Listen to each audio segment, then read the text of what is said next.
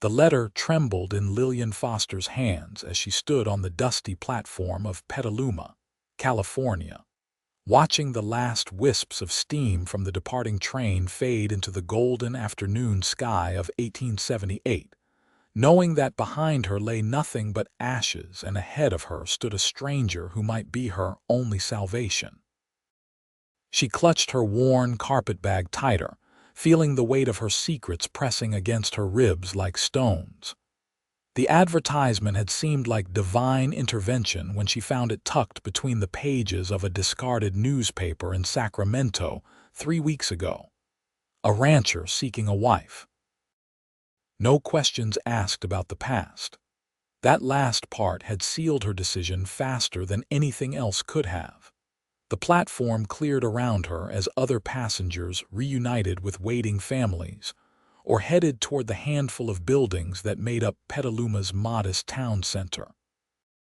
She stood alone now, scanning the faces of the few remaining men.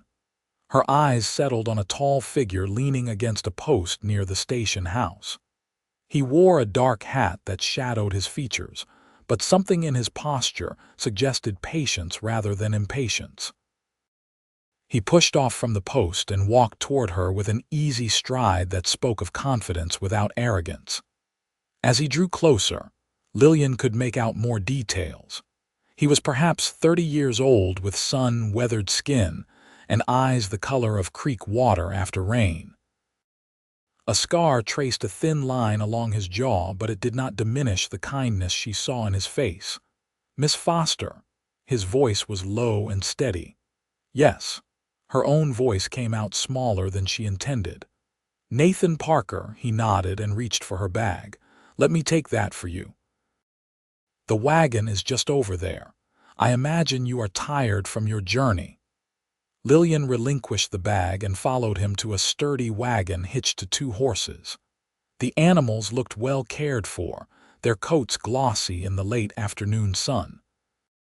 Nathan placed her bag carefully in the back, before offering his hand to help her up to the seat. His grip was firm but gentle. They rode in silence for the first mile out of town. The road wound through rolling hills covered in golden grass that rippled like water in the breeze. Live oak trees dotted the landscape, their branches spreading wide to offer patches of shade. It was beautiful country, Lillian thought, and so different from what she had left behind. "I should tell you about the ranch," Nathan said finally. "It is not much, but it is honest work. I run cattle mostly, about 200 head. I have a hand who helps out, older fellow named Carl. He keeps to himself, but he is good people. The house is simple but sturdy. 2 bedrooms, a kitchen, a sitting room. There is a creek that runs through the property year-round." Lillian nodded, unsure what to say. She had expected him to ask questions about her, to press for details about her past. Instead, he seemed content to speak of practical matters. "I want to be clear about something," Nathan continued, his eyes still on the road ahead. "The arrangement we made through those letters, I meant what I wrote. Your past is your own business unless you choose to share it. I am not looking to judge anyone. Lord knows I have made my share of mistakes." Something in Lillian's chest loosened slightly. "Thank you," she said quietly. "That means more than you might realize." He glanced at her then, and she saw something in his expression that made her think he understood more than he let on. "I figure everyone deserves a fresh start if they are willing to work for it. That is all I am asking from you. An honest effort at building something together. I can promise you that," Lillian said, and she meant it. The ranch came into view as they crested a hill. The house sat in a small valley with the creek Nathan had mentioned running behind it. It was indeed simple, built of wood that had weathered to a soft gray, but it looked solid and well-maintained. A barn stood nearby along with a few other outbuildings. Cattle grazed in the distance, dark shapes against the golden grass. Nathan pulled the wagon up to the house and helped Lillian down. The front door opened and an older man emerged, his hair more salt than pepper, his frame lean and wiry. "This is Carl," Nathan said. "Carl, this is Lillian Foster, my bride." Carl touched his hat brim. "Pleased to meet you, madam. Welcome to the ranch." "Thank you," Lillian said, feeling suddenly overwhelmed by the reality of what she had done. She had traveled hundreds of miles to marry a stranger, to start a life in a place she had never seen. The enormity of it hit her all at once. Nathan seemed to sense her distress. "Carl, would you see to the horses? I will show Lillian the house." Inside, the house was clean and sparsely furnished. The kitchen held a wood stove, a table with 4 chairs, and open shelves lined with dishes and supplies. The sitting room had a sofa, 2 chairs, and a fireplace. Nathan led her down a short hallway. "This is the main bedroom," he said, opening a door to reveal a room with a large bed, a dresser, and a wardrobe. "I will take the other room. I wanted you to have the more comfortable space." Lillian turned to him in surprise. "But I thought—" "I meant what I said in my letters," Nathan interrupted gently. "I am not expecting anything from you that you are not ready to give. We can take our time getting to know each other. There is no rush." Tears pricked at Lillian's eyes unexpectedly. In all her fears about coming here, she had braced herself for demands, for expectations she was not sure she could meet. This kindness was something she had not anticipated. "Why?" she asked, her voice barely above a whisper. "Why would you do this? Bring a stranger here. Offer her everything without asking for anything in return." Nathan was quiet for a moment. "Because I know what it is like to need a second chance, and because marriage should be built on more than obligation. I am hoping we can build something real here, but that takes trust. Trust takes time." He set her bag down just inside the door. "I will let you get settled. There is water in the pitcher on the dresser. Come out to the kitchen when you are ready and we can have some supper." After he left, Lillian sat on the edge of the bed and let the tears fall. They were not tears of sadness exactly, but rather a release of the tension she had been carrying for so long. For the first time in months, she felt something that might have been hope. She washed her face and hands in the water from the pitcher, then unpacked her few belongings. Everything she owned in the world fit in one carpetbag.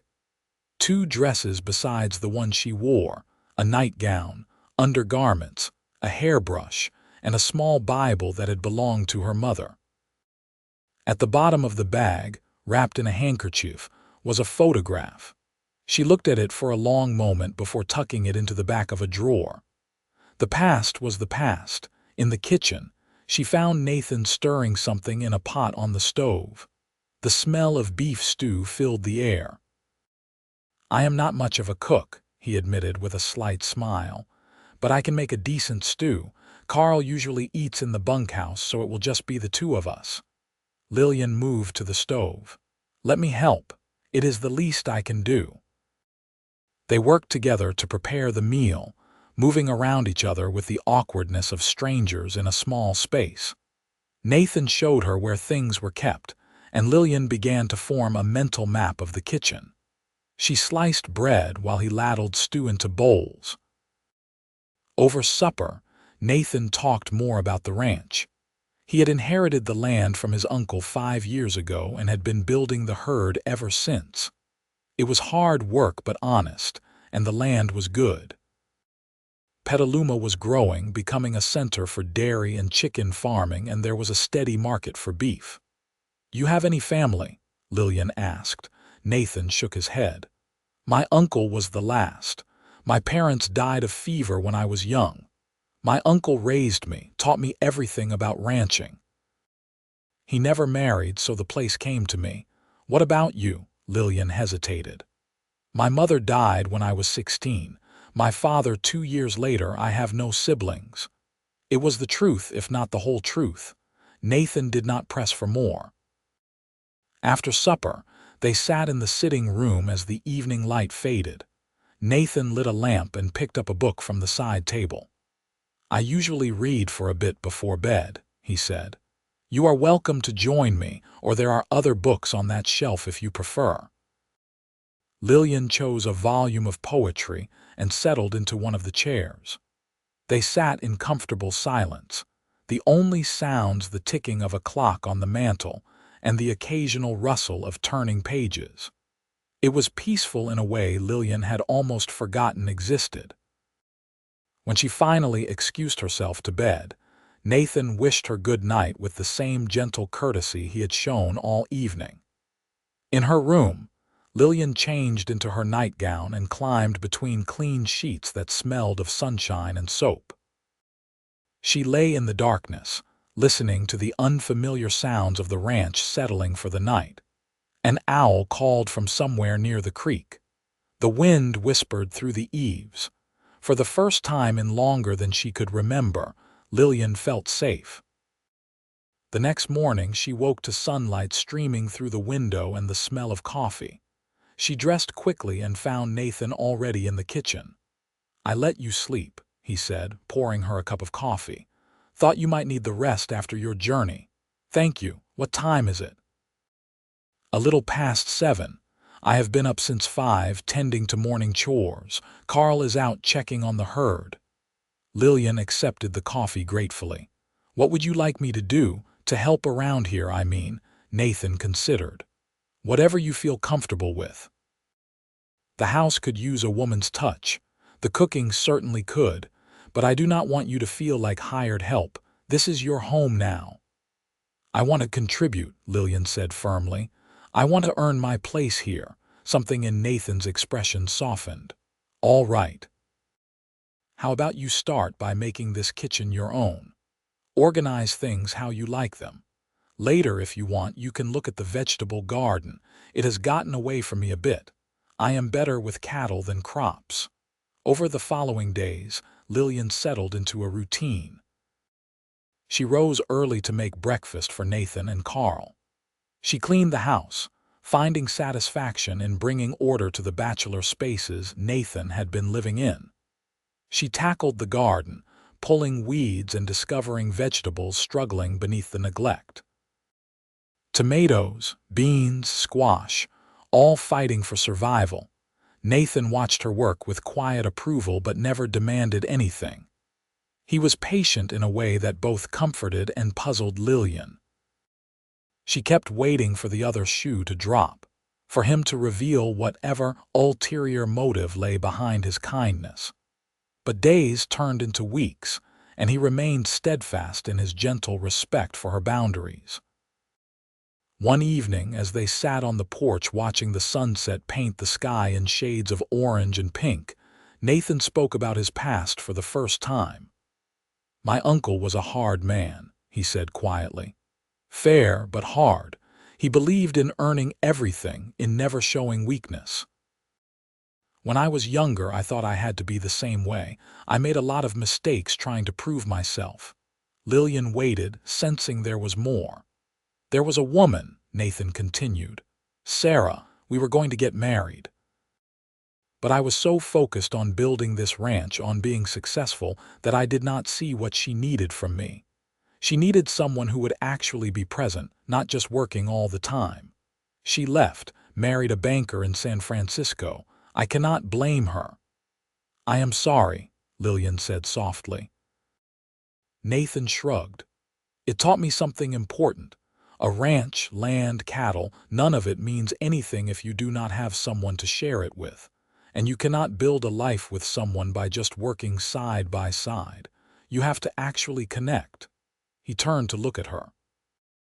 "I know we are still strangers in many ways, but I want you to know that I am trying. I want this to be real." Lillian felt her throat tighten. "I want that too. I am just not sure I know how anymore." "We will figure it out together," Nathan said.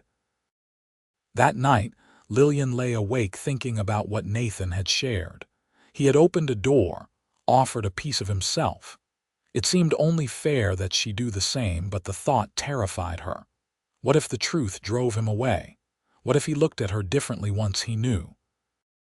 But secrets had a weight of their own, and she was tired of carrying them alone. The next day, she asked Nathan if they could talk after supper. He agreed readily, though she saw concern flicker in his eyes.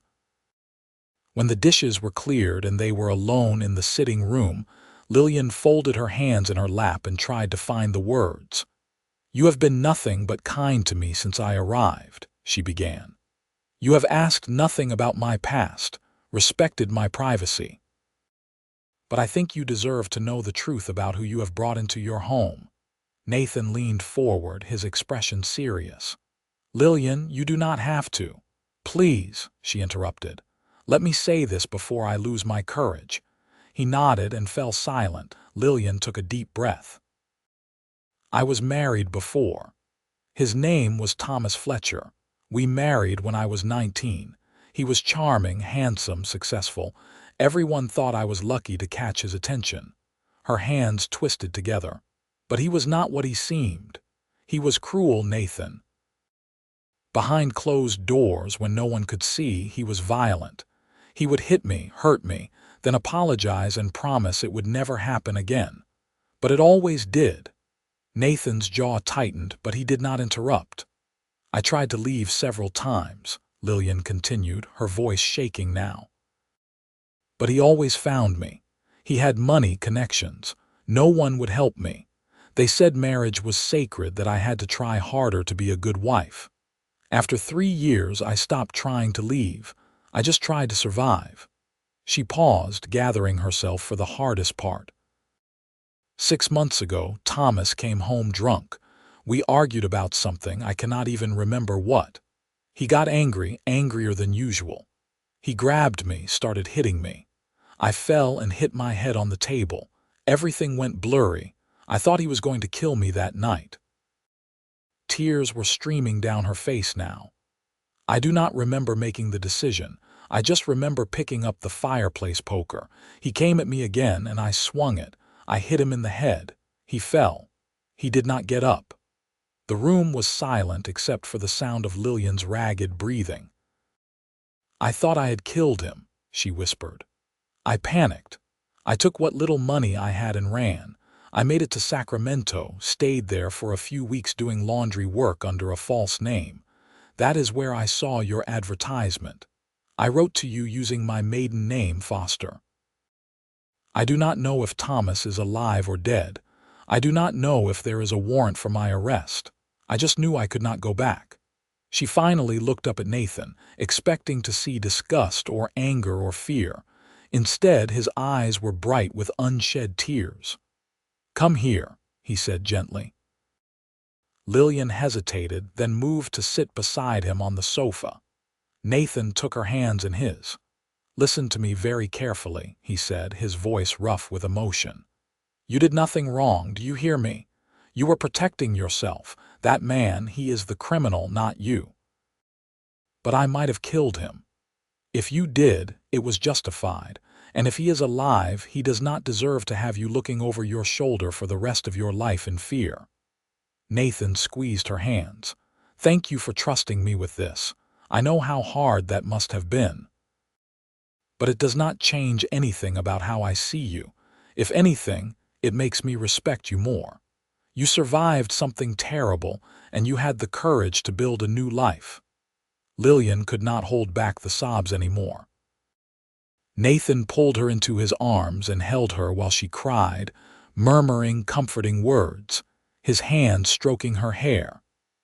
It was the first time they had embraced, the first time she had allowed herself to be vulnerable with him. When the tears finally subsided, Lillian pulled back, embarrassed by the wet spot on Nathan's shirt. "I am sorry," she said, wiping her eyes. "Do not be." Nathan brushed a strand of hair from her face, his touch feather light. "You have carried this alone for too long." Over the following weeks, something shifted between them. The revelation of Lillian's past seemed to have broken down a wall. They talked more freely now, sharing stories of their lives, their hopes, their fears. Nathan told her about his childhood, about learning to rope cattle with his uncle, about the loneliness of running the ranch alone for so long. Lillian found herself smiling more, laughing at Nathan's dry humor. She began to notice small things about him. The way he always made sure her coffee was exactly how she liked it. The way he repaired a squeaky hinge on the garden gate without her having to ask. The way he looked at her sometimes when he thought she was not paying attention, with a tenderness that made her heart ache. One afternoon, about 2 months after her arrival, Lillian was in the garden picking tomatoes when Carl approached. The old ranch hand usually kept his distance, respecting her space, but today he seemed to have something on his mind. "Begging your pardon, madam," he said, hat in hand. "I just wanted to say it is nice to see Nathan happy again.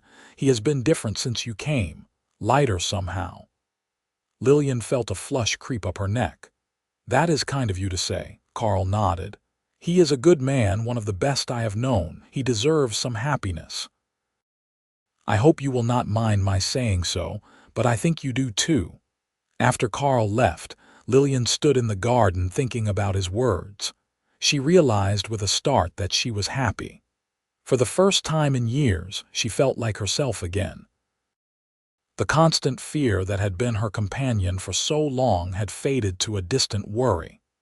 Here, in this place, with Nathan, she felt like she could breathe.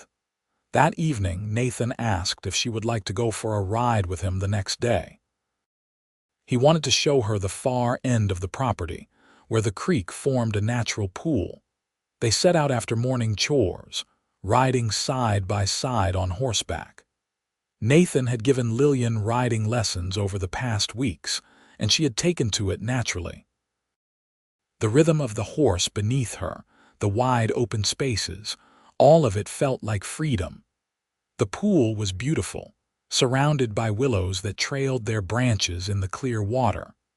They let the horses drink while they sat on a large flat rock near the water's edge. "I used to come here when I needed to think," Nathan said. "It is the prettiest spot on the whole ranch." "It is lovely," Lillian agreed. They sat in comfortable silence for a while, watching the water flow past.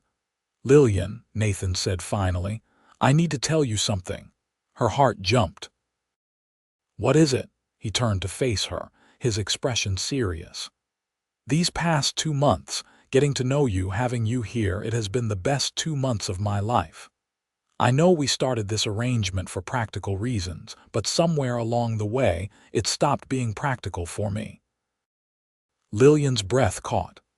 "I have fallen in love with you," Nathan continued, his voice steady despite the vulnerability in his eyes. "I did not plan on it, but I cannot deny it anymore. You do not have to say anything back. I just needed you to know. I love your strength, your kindness, the way you hum when you are working in the garden.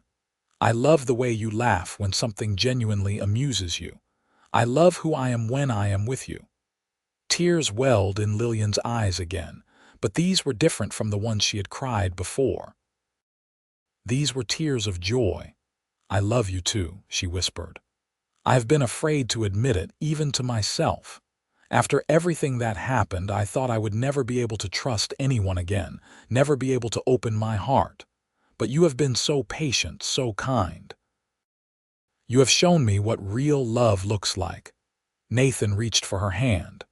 "May I kiss you?" Lillian nodded, her heart pounding.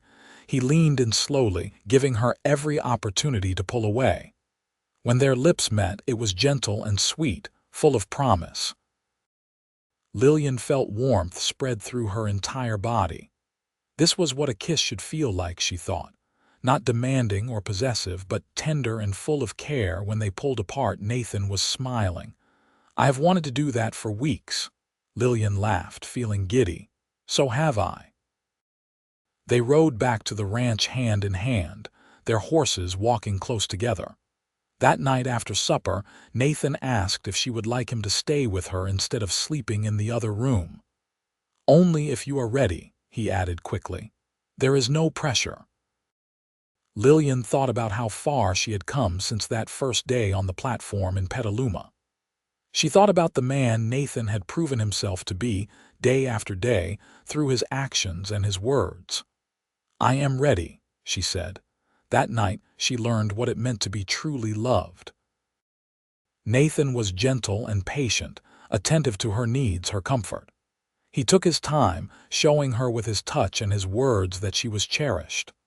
Afterwards, wrapped in his arms, Lillian felt tears slip down her cheeks. "Did I hurt you?" Nathan asked, immediately concerned. "No," she assured him. "These are happy tears. I just never thought I could feel this way, safe and loved and whole." Nathan kissed her forehead. "You are all of those things. You always were, even before you came here, but I am honored to be the one who gets to remind you." Fall turned to winter, and winter to spring. Lillian bloomed along with the wildflowers that carpeted the hills. She and Nathan fell into an easy partnership, working together to build their life. They expanded the garden, adding more vegetables and even some flowers. They painted the house, giving it a fresh coat of white that made it shine against the golden hills. One day in late spring, nearly a year after Lillian's arrival, a letter came. It was addressed to Lillian Foster, care of Nathan Parker. The return address was Sacramento. Lillian's hands shook as she opened it. Nathan stood beside her, his hand on her shoulder for support. The letter was from a lawyer. Lillian read it twice, hardly believing the words. "What does it say?" Nathan asked gently. "Thomas is alive," Lillian said, her voice numb. "He recovered from his injuries. But he is not looking for me. He is in prison." She looked up at Nathan, hope and fear warring in her chest. "After I left, he attacked another woman, a woman whose father had connections and money. They investigated him and found 2 other women he had abused before me. He was convicted of assault and attempted murder. He is serving 20 years. The lawyer went on to say that Lillian's marriage to Thomas had been annulled on the grounds of fraud and abuse. She was legally free. "It is over," Lillian whispered. "He cannot hurt me anymore. He cannot hurt anyone." Nathan pulled her into his arms. "You are free." They held each other while Lillian processed the news. Relief flooded through her, followed by a strange sort of grief. Not for Thomas, but for the years she had lost to fear, for the woman she had been before he broke her. "Marry me," Nathan said suddenly. "Properly, I mean. I know we have been living as husband and wife, but I want to do it right. I want to stand up in church and make vows to you in front of the whole town. I want everyone to know that you are mine and I am yours." Lillian pulled back to look at him, saw the love shining in his eyes. "Yes," she said. 1,000 times yes." They were married a month later in the small church in Petaluma. Lillian wore a new dress of pale blue that Nathan had insisted on buying for her. Carl stood up as Nathan's witness, and the pastor's wife stood up for Lillian. It was a simple ceremony, but to Lillian it meant everything. When the pastor pronounced them husband and wife, Nathan kissed her with a passion that made the small gathering chuckle. Lillian did not care. She kissed him back, pouring all her love and gratitude into it. At the reception afterwards, held in the town hall, people came up to congratulate them. Lillian had made friends in town over the past year. The women who gathered at the church for quilting bees, the shopkeepers she had gotten to know. They welcomed her warmly into their community. "You two look happy," the pastor's wife, Mrs. Henderson, said with a warm smile. "It is good to see." "We are," Lillian agreed. "Very happy." That night back at the ranch, Nathan carried Lillian over the threshold even though they had been living there together for a year. "Starting fresh," he said with a grin. In the bedroom, he set her down gently and began to unpin her hair. "I love you, Mrs. Parker," he murmured against her neck. "I love you too," Lillian replied, running her fingers through his dark hair. They made love slowly, savoring each touch, each kiss. Afterwards, lying tangled together in the sheets, Lillian marveled at how her life had changed. A year ago, she had been running, terrified and alone. Now she had a home, a husband who loved her, a future full of promise. "What are you thinking about?" Nathan asked, tracing patterns on her shoulder. "How lucky I am," Lillian said. "How you saved me." Nathan shook his head. "You saved yourself. You were the one brave enough to escape, to start over. All I did was give you a place to land. You gave me so much more than that, Lillian insisted. You gave me back myself. Summer came, hot and golden. Lillian discovered she was with child in July. She had suspected for a few weeks, but wanted to be sure before she told Nathan.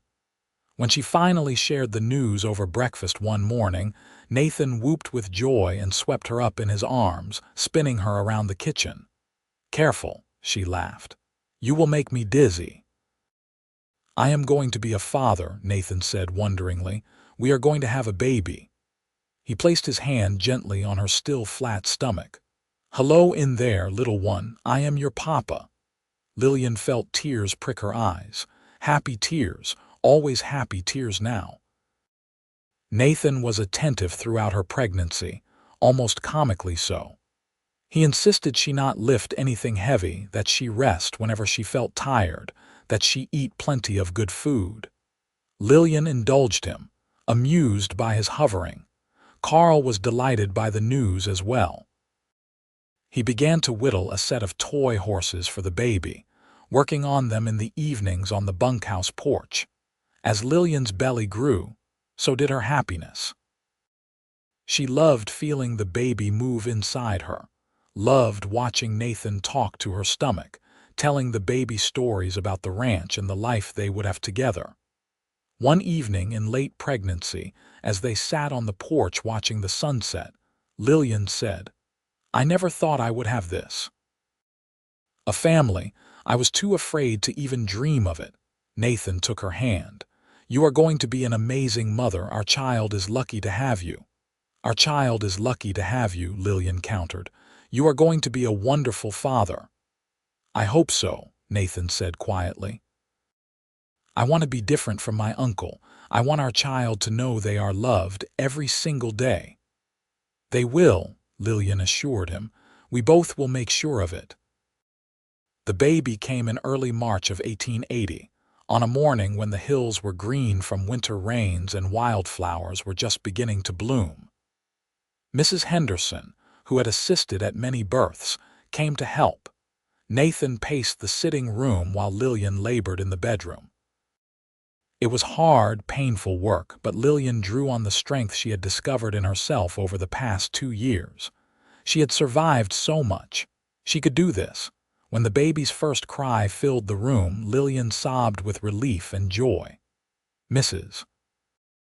Henderson cleaned the infant and placed him in Lillian's arms. "A boy," she announced with a smile. "A big, healthy boy." Nathan burst into the room, unable to wait any longer.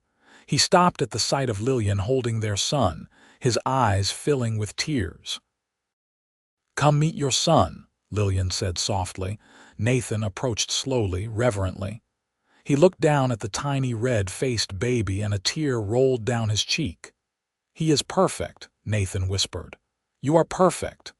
They named him Henry after Nathan's father. Henry Parker had his father's dark hair and his mother's green eyes. He was a good baby, quick to smile and curious about everything. Nathan proved to be every bit the devoted father Lillian had known he would be. He would walk the floor with Henry when he was fussy, sing to him in a deep, rumbling voice, carry him around the ranch and explain everything they saw. "See those cows, Henry? Those are Herefords. They are going to help pay for your education someday, and that is your mama's garden. She grows the best tomatoes in the county." Lillian would watch them together, her heart so full she thought it might burst. Life settled into a new rhythm. The ranch continued to prosper under Nathan's careful management. Lillian found joy in motherhood, while still maintaining her work in the garden and around the house. Carl doted on Henry, carving more toys and making funny faces to earn baby giggles. When Henry was about 6 months old, Lillian and Nathan took him to town for a church picnic. As they spread out their blanket under a large oak tree, Lillian looked around at the families gathered there. Children ran and played while adults visited and shared food. She felt a deep sense of belonging. "What are you smiling about?" Nathan asked, settling Henry on the blanket between them. I was just thinking about how different my life is now. 2 years ago, I never could have imagined this. I never thought I could be this happy. Nathan reached across their son to take her hand. Neither did I. You and Henry, you are everything to me. And you are everything to us, Lillian replied. Henry grabbed his father's finger and grinned his gummy grin, making them both laugh. As the afternoon wore on and the sun began to sink toward the hills, Lillian nursed Henry while Nathan packed up their things. She looked out at the golden landscape, at her husband moving with easy confidence, at their son content in her arms, and felt profound gratitude. She thought about that scared woman who had stepped off the train in Petaluma 2 years ago. She thought about how close she had come to giving up, to letting fear win. But she had taken a chance on a stranger's advertisement, on the possibility of something better. And that chance had given her everything. The years passed in a blur of happiness and hard work. Henry grew into a sturdy toddler, then a bright-eyed little boy. He loved the ranch, loved helping his father with the cattle and his mother in the garden. When he was 3, Lillian became pregnant again. This time, the pregnancy felt easier, perhaps because she knew what to expect. Nathan was just as attentive but slightly less panicked. Henry was excited about becoming a big brother, though he did not fully understand what that meant. Their daughter was born in the spring of 1883, during a week of gentle rain that left everything green and fresh. They named her Rose after Lillian's mother. She had Nathan's dark eyes and Lillian's blonde hair, and from the start she was a peaceful baby. Henry was fascinated by his little sister. He would sit by her cradle for long stretches, talking to her in his high, piping voice. "Do not worry, Rose. I will teach you everything. How to ride horses and catch fish and find the best spots for hiding. I am going to be the best big brother ever." Lillian and Nathan would listen to their son's promises and smile at each other over his head. With 2 children, the house felt full in the best way. There was always noise and activity, always something happening. Nathan expanded the house, adding 2 more bedrooms and a larger kitchen.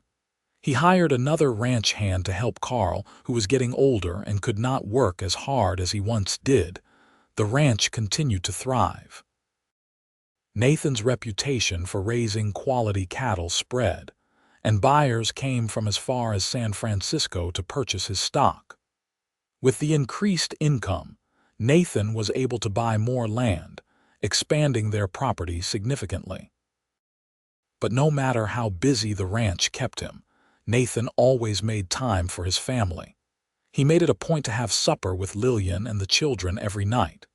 He read to Henry and Rose before bed. He took them on rides around the property, showing them the land that would one day be theirs. One evening, when Henry was 7 and Rose was 4, the family sat on the porch watching fireflies dance in the gathering dusk. Rose was curled in Lillian's lap while Henry leaned against Nathan's side. "Papa, tell us the story," Henry requested. "Which story?"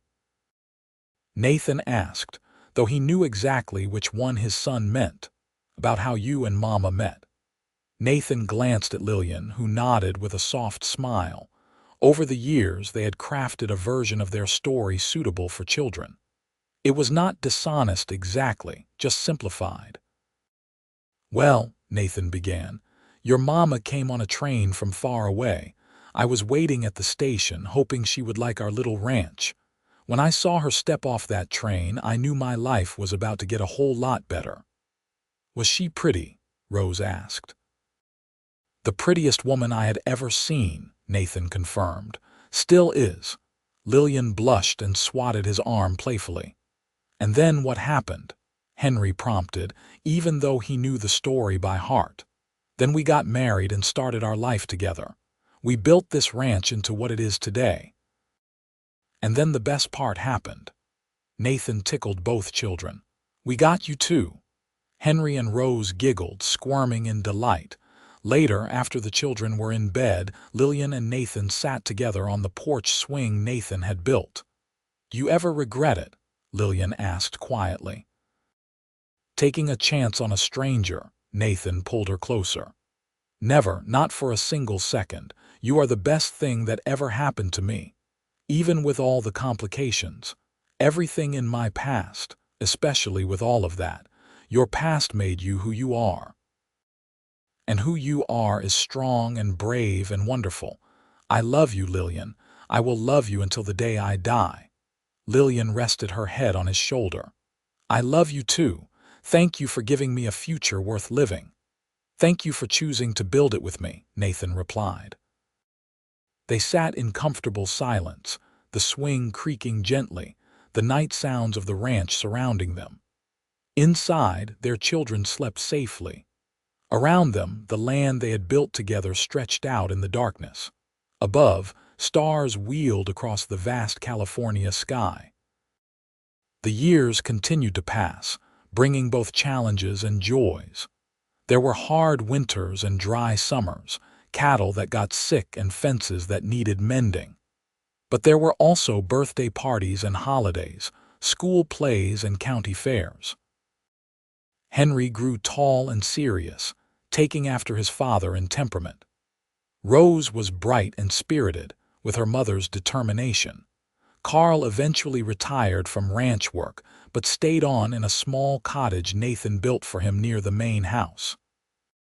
He became a beloved grandfather figure to Henry and Rose, telling them stories of the old days and teaching them card games. When Henry was 12 and Rose was 9, Nathan hired several more hands and began to teach Henry the business of running a ranch. The boy took to it naturally, showing the same instinct for cattle and land that his father possessed. Rose, meanwhile, showed an aptitude for numbers. She would help Lillian with the ranch accounts, her young mind quickly grasping concepts that would have baffled most children her age. "She is going to do something remarkable," Lillian said one day, watching Rose carefully record the week's expenses in the ledger. "They both will," Nathan agreed. "We are raising good humans." "I think we are," Lillian said with satisfaction. On their 10th wedding anniversary, Nathan surprised Lillian with a trip to San Francisco. It was the first time they had been away from the ranch and the children overnight. Carl and the ranch hands promised to look after everything. In the city, Nathan took Lillian to a fine restaurant, to the theater, to shops where he insisted on buying her beautiful things. But what Lillian treasured most was simply walking hand in hand with her husband through the streets, talking and laughing like they had all the time in the world. "This is wonderful," she said, "but I miss them already." Nathan laughed. "So do I. We have become hopelessly domestic." "Is that a bad thing?" "Not even a little bit." He pulled her close and kissed her right there on the street, not caring who saw. That night in their hotel room, Nathan made love to her with the same passion and tenderness he had shown from the beginning.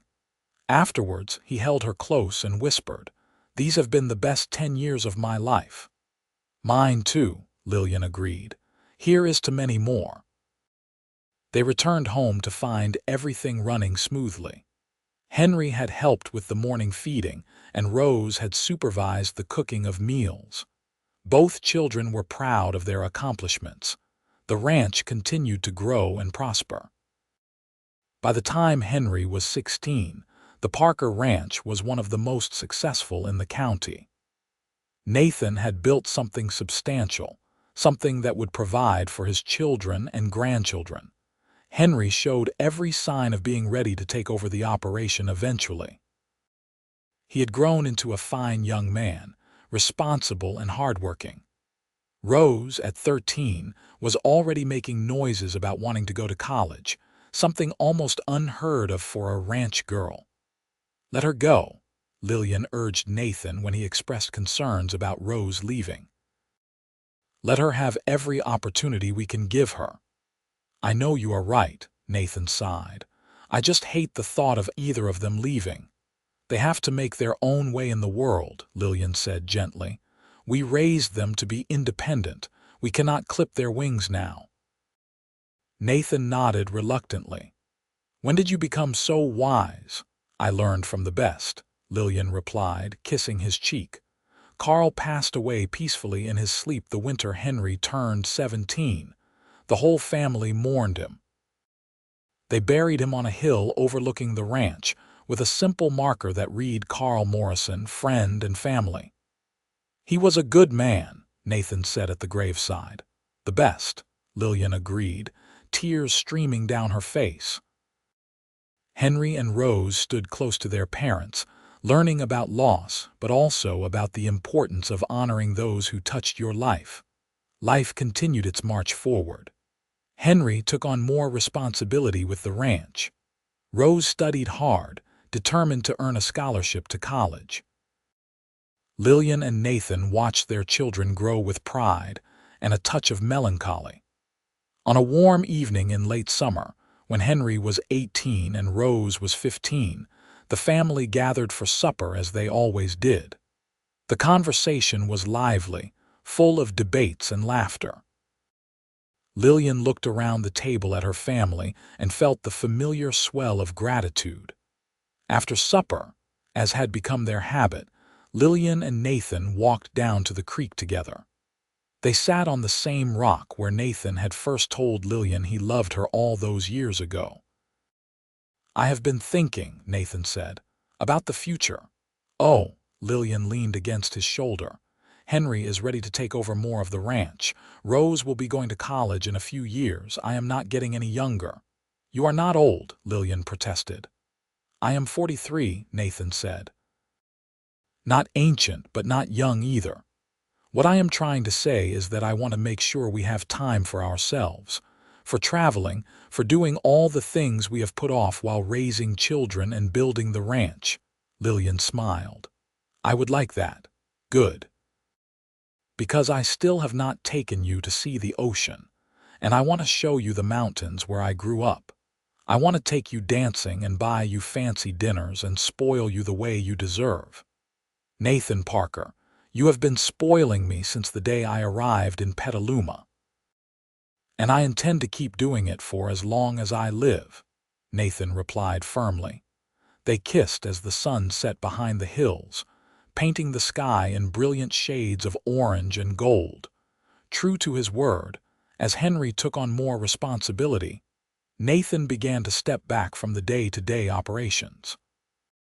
He and Lillian took trips to the coast, to the mountains, to places they had only dreamed of seeing. But they always came back to the ranch, to the land they had built together. Rose earned her scholarship and went to college in San Francisco, studying mathematics and business. She wrote home every week, her letters full of excitement about her studies and her plans for the future. Henry met a girl at church, the daughter of a neighboring rancher. Her name was Margaret, and she was sweet and kind with a good head for ranch work. When Henry asked Nathan's advice about proposing, Nathan told him, "If she makes you happy, if she makes you want to be a better man, then do not wait. Life is too short to waste time when you have found the right person." Henry proposed that spring, and Margaret accepted. They were married in the same church where Nathan and Lillian had wed. Watching his son pledge his life to someone he loved, Nathan felt the circle of life continuing. "They remind me of us," Lillian whispered during the ceremony. "They do," Nathan agreed. "God willing, they will be as happy as we have been." Henry and Margaret moved into a new house Nathan built for them on the other side of the property. Before long, they announced that Lillian and Nathan would be grandparents. "Grandparents," Nathan said wonderingly.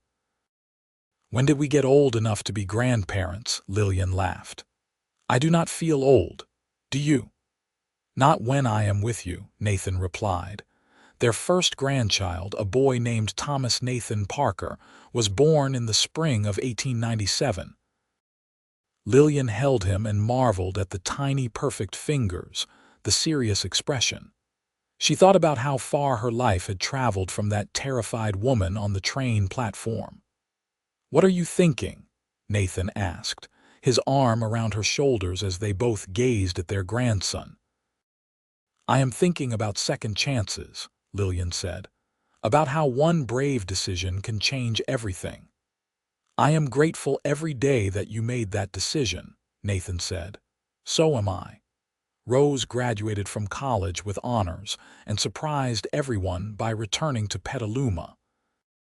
She had plans to start a business helping ranchers manage their finances and operations more efficiently.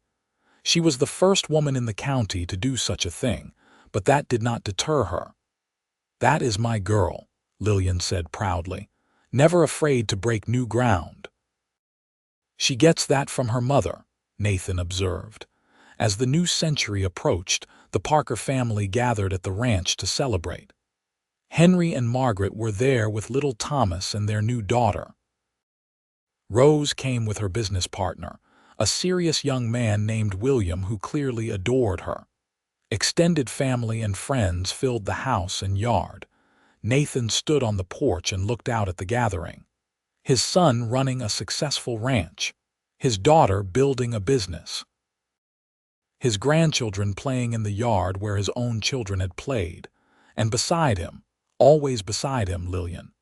Her hair was silver now and lines creased her face, but she was still the most beautiful woman he had ever seen. "Happy?" she asked, slipping her hand into his. "Incredibly," Nathan replied. "You, more than I ever dreamed possible." As midnight approached and the new century drew near, Nathan raised a glass. "To family," he said. "To the past that shaped us and the future we built together, to second chances and new beginnings." "Hear, hear," the crowd echoed. When midnight struck, Nathan pulled Lillian into his arms and kissed her as fireworks someone had brought from town exploded overhead. Their children and grandchildren cheered. It was a perfect moment, a culmination of years of love and work and dedication. In the days that followed, life returned to its normal rhythm. Nathan and Lillian settled into their role as the family patriarchs, offering wisdom and support, but letting the younger generation take the lead. One evening, as they sat on the porch swing in the gathering dusk, Lillian said, "I want to tell you something I have never said before." Nathan looked at her with concern. "What is it?" "That day I stepped off the train in Petaluma, I was not just running from something. I was running toward death. I had decided that if the marriage arrangement did not work out, I would not keep running. I was tired. I was ready to give up." Nathan's grip on her hand tightened. "But then I saw you," Lillian continued, "standing there with such patience in your eyes. And something in me whispered that maybe, just maybe, there was a reason to keep going. You saved my life that day, Nathan, not just from Thomas, but from myself." "Lillian," Nathan's voice was rough with emotion. "I had no idea, I know, I never wanted to burden you with it. But I have been thinking about how to tell our story, the real story, before we are too old to remember it properly. And this is part of it. You gave me a reason to live when I had run out of reasons." Nathan pulled her close. "And you gave me a reason to hope. I thought I would spend my life alone, married to the ranch, but you showed me what it means to truly share a life with someone. We saved each other." They sat together as the stars came out, holding each other close. Around them, the ranch settled into its evening quiet. In the house behind them, lamplight glowed warm and welcoming. "Tell me the story," Nathan said suddenly. "Our story. From the beginning," Lillian smiled. "All right. Once upon a time, there was a woman who thought her life was over. She took a chance on an advertisement in a newspaper, traveled to a town she had never seen, to meet a man she had never met. She was terrified and hopeless and certain she had made a terrible mistake. And then," Nathan prompted, though he knew the story as well as she did. "And then she met a cowboy with kind eyes and a patient heart. He gave her space to heal and time to trust. He showed her that love did not have to hurt. He built her a home, not just of wood and nails, but of safety and respect and genuine care. "What happened to them?" Nathan asked softly. "They fell in love. Real love, the kind that grows deeper with time. They built a life together, raised children together, grew old together. And every single day she thanked whatever force in the universe had led her to that train platform, to that town, to that man." "Sounds like a good story," Nathan said. "It is the best story," Lillian replied, "because it is ours." They sat in comfortable silence, watching the night deepen around them. After more than 20 years of marriage, they did not always need words. Sometimes it was enough just to be together, to know that they had made it through everything life had thrown at them and come out stronger on the other side. As Lillian drifted toward sleep, her head on Nathan's shoulder, she thought about the woman she had been when she arrived in Petaluma. That woman would hardly recognize the life Lillian had now. She had been so broken, so convinced that she did not deserve happiness or peace. But Nathan had shown her differently. Day by day, year by year, he had proven that she was worthy of love, that her past did not define her future, that she could build something beautiful from the ashes of what had been. The mail-order bride who came to escape her past had found something infinitely more valuable. She had found a cowboy who understood that healing takes time, that trust must be earned, that love is shown through actions more than words. He had given her not just a future, but a future worth living, a future filled with love and family and purpose. And in return, she had given him her whole heart. Years continued to pass in gentle succession. Nathan and Lillian grew old together, their love deepening into something comfortable and enduring. They watched their grandchildren grow, celebrated as Rose married William and started her own family, took pride in the continued success of the ranch. On their 30th wedding anniversary, Nathan took Lillian back to the spot where they had first kissed. The creek still flowed clear and cold, the willows still trailed their branches in the water. "You remember this place?" Nathan asked. "Of course," Lillian said. "This is where you told me you loved me, and where you told me you loved me back." Nathan took both her hands. "These 30 years with you have been the greatest gift of my life. I love you more now than I did that day, and I loved you desperately then." "I love you too," Lillian said, tears sliding down her weathered cheeks. "You gave me everything I never knew I needed." They kissed there by the water, two people who had found each other against all odds and built a life that exceeded their wildest dreams. As they walked back to the house hand in hand, Lillian looked up at the man beside her. He was older now, his hair completely silver, his steps a bit slower. But he was still her Nathan, the cowboy who had taken a chance on a desperate woman and given her a home. "What are you smiling about?" Nathan asked. "I am just happy," Lillian said simply, and she was.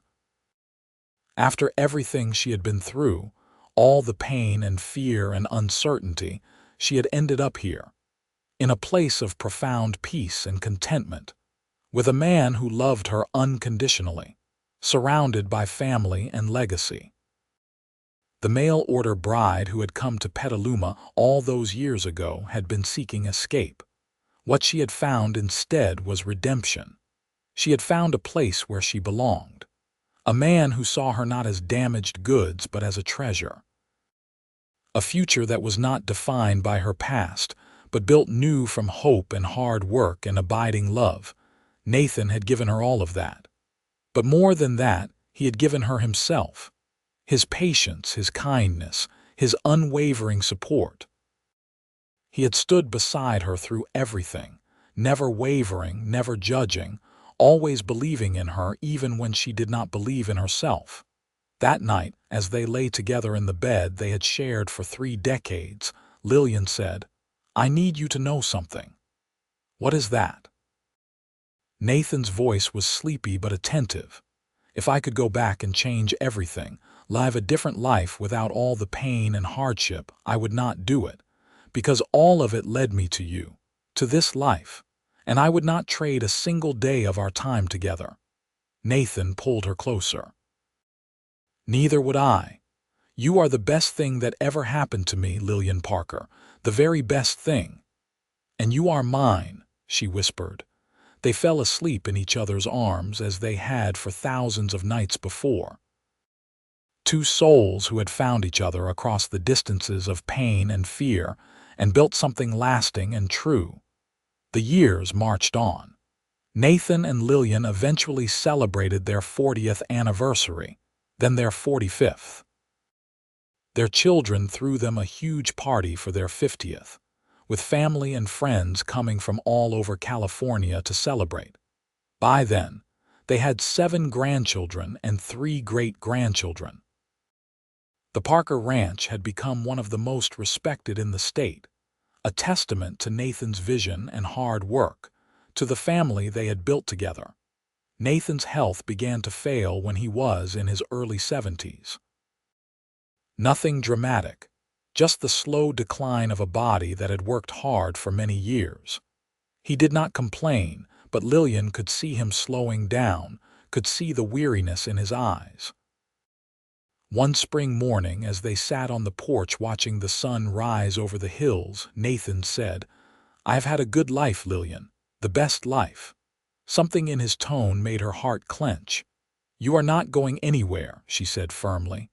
"I am not ready to let you go, I know. And I am not ready to go. But if anything should happen, I need you to know that loving you has been the great joy of my existence. You made every day worth living." "Nathan Parker, you stop talking like that right now," Lillian commanded, though her voice shook. "We have years left together." Nathan smiled and took her hand. "I certainly hope so." But 6 months later, on a crisp autumn morning, Nathan passed away in his sleep. He went peacefully, slipping away between one breath and the next. Lillian woke to find him still and quiet beside her, his face relaxed and peaceful. She did not cry at first. She simply held his hand and told him all the things she hoped he could still somehow hear. How much she loved him. How grateful she was for every moment they had shared. How she would carry him in her heart until they met again. The funeral was huge. It seemed like half the county turned out to pay their respects to Nathan Parker. Person after person stood up to speak about his integrity, his kindness, his fairness.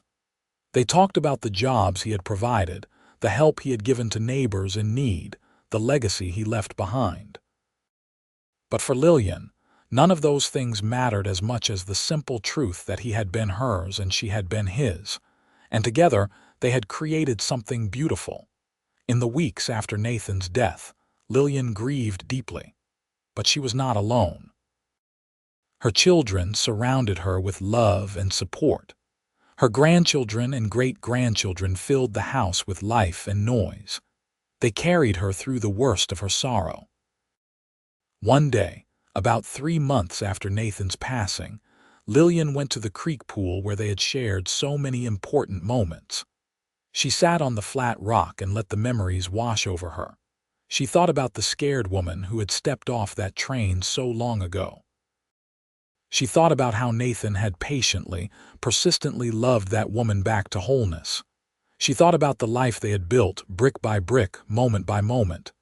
"Thank you," she said aloud, though she was alone. "Thank you for everything, for taking a chance on me, for loving me, for giving me a life worth living." A breeze rustled through the willows, and for just a moment, Lillian could almost feel Nathan's presence. Could almost hear him saying that he would always be with her, that the love they shared did not end just because he was gone. Lillian lived for another 5 years after Nathan's death. She remained active and engaged with the ranch and her family. She saw Rose's business become hugely successful. She watched Henry's children grow up and start families of their own. She held more great-grandchildren and even lived to see the birth of her first great-great-grandchild. But always, she missed Nathan. Always there was a Nathan-shaped hole in her life that nothing could quite fill. On a warm spring day, Just after her 78th birthday, Lillian passed away quietly while napping on the porch swing. She slipped away as peacefully as Nathan had, with a small smile on her face as though she was dreaming of something wonderful. Her children, going through her things later, found a journal she had kept over the years.